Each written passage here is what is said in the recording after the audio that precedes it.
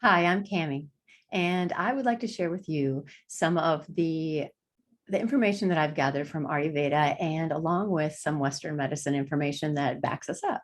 So Ayurveda is an ancient medical practice that focuses more so on prevention. And if illness does arise, then we use different measures like lifestyle, nutrition, sleep, and energy management to be able to either get rid of, heal, or be able to suppress some of the symptoms that may be showing up. So I will go over the wheel that's behind me. There's my information. If you want more information about what I'm doing a lot of upgrades on the website, so be patient with the changes that are going on there. TikTok's going a little slow, but I'm working on that now. And Instagram and Facebook are going pretty good. YouTube channel, that's all the recordings that I have from the past. There's a lot of great information on there, so go ahead and help yourself. All right, so we're going to go ahead and talk about the wheel that's behind me. So this wheel, as you can see, it looks like a huge clock, like a full clock. And what I want you to do is draw this circle and then take an X through it and then a line through the center. And the line through the center is 6 a.m. and 6 p.m. And then we have noon on the high center and midnight at the low center. 10 a.m., 2 p.m., 10 p.m., and 2 a.m. These we'll learn more about in the next few weeks, but it means Kapha, Pitta, and Vata. And that'll be more so for the next few weeks. So just go on the basics right now, because there still is a foundational practice in Ayurveda to be able to get things started. So we want to start with the basics. Otherwise, if we dive in full, it can get super confusing right away and very overwhelming. So I really want to present this in a way that you can start taking little bits and pieces. And then if you're interested in more in-depth work, you can work into the program, starting in 2022.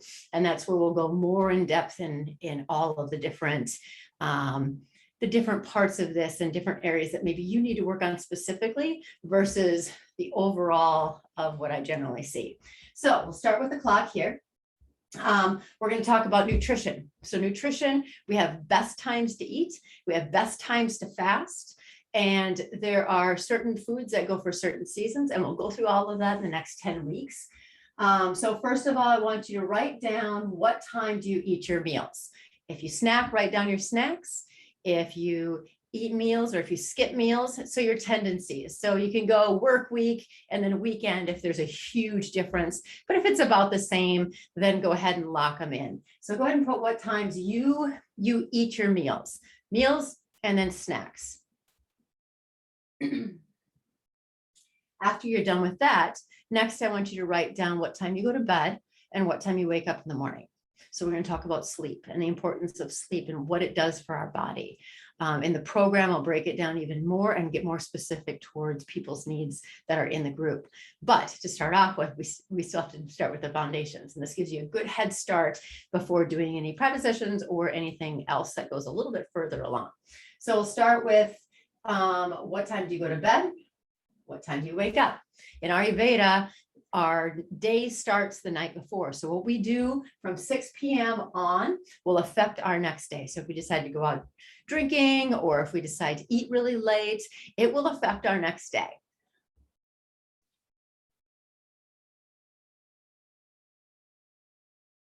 The next part that we will cover is what time do you exercise? So movement, energy management.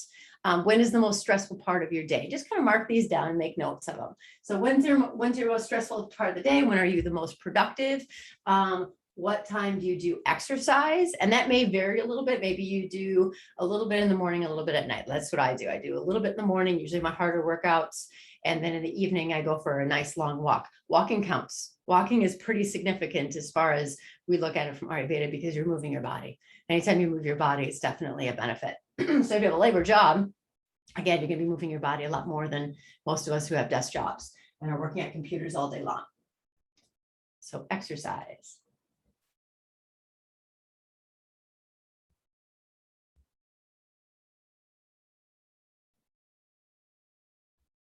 And then when do you take time for rest? And I'm not talking just about sleeping, because there's more to sleeping than just rest. But when do you rest? When do you take time for yourself? This might be something you do more so on the weekends. Maybe there's a certain time in the evening that you do. I usually block out a time in the evening where I shut down everything, or at least most of the things, especially my computer and iPad and stuff like that. So work is shut down, and I might be doing some reading, some studying. I go for a walk, but I try not to carry anything on me. So I don't want to be distracted. It's real rest time, time away from whatever your usual work is, even if you're a homemaker. So even if you're a person who takes care of the kids, takes care of the home. We say person now because it used to be women, and now it's turning to be more of a mix. So I take that into consideration. Is like, okay, when do you take time for yourself? And sitting in front of the TV is not the best option. So real time for yourself, going and walking in the woods. Does it only happen once a month, once a year? Write that down. How do you care for your senses?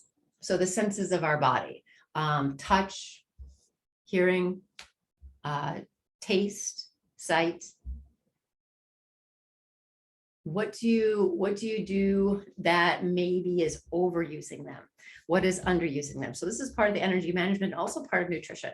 So nutrition of our body is not just eating food, but also what we take in through our senses. Are you over or under?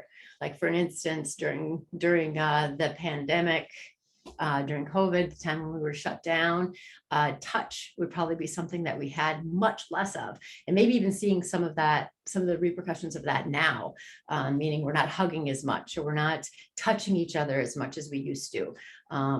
And I'm a big hugger, so I've noticed a significant decline in my amount of hugs because I don't interact with people as much as I used to. I'm working from home all the time now, so it's very different for me. So that's one that may be getting undernourished, where I need a little bit more of that, where my eyesight is overnourished. I have recently started getting glasses, which is something new to me, but as you age, you need glasses. Well, yes, but I'm pretty sure it's because I'm holding a device either this close or looking at a computer, which is the same distances all the time. And the glasses help to relax my eyes, but at the same time, I'm ruining my eyesight by having the same distance. And so I'm overusing my eyesight versus giving it time to relax. So I tend to make my schedule accordingly, where I have days where I'm working on my computer quite a bit, and then days I'm not. So what of your senses is undernourished or overused?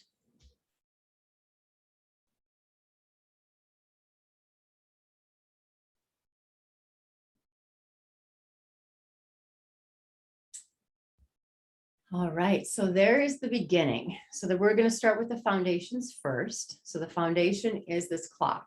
I will give you just a rundown of what the specifics are, and then throughout the weeks we'll go in a little bit, and then the following weeks after that. So the first 4 weeks we'll skim the top, and the next 4 weeks we'll go a little bit deeper, and we'll talk about the constitutions, Vata, Pitta, and Kapha in Ayurveda. If you have any questions, you can let me know. My information is on whenshifthappens.org, and my email, all my information is on there. Like I said, I'm doing some work on the website. It's a slow process, but it's going to get done. It's a beautiful website. I'm switching some things around to make it a little more user-friendly, to switch from some work that I was doing before to what I'm working towards for 2022. So on here, what time do you eat your meal? So we'll start the night before. Last meal of the day should be eaten before 6 p.m. We should be going to bed by 10 p.m. Lights off by 10:30 p.m. depending upon what time you get up in the morning. We want to get 7-8 hours of sleep. So I want to go through the night. Oh, you can also mark down if you wake up at night. If you're probably in your 50s or 60s or older, you're probably getting that 2 o'clock time, nailing it pretty good. So we'll talk about that also in sleep. So we want to sleep through the night. We want to get up by 6 a.m.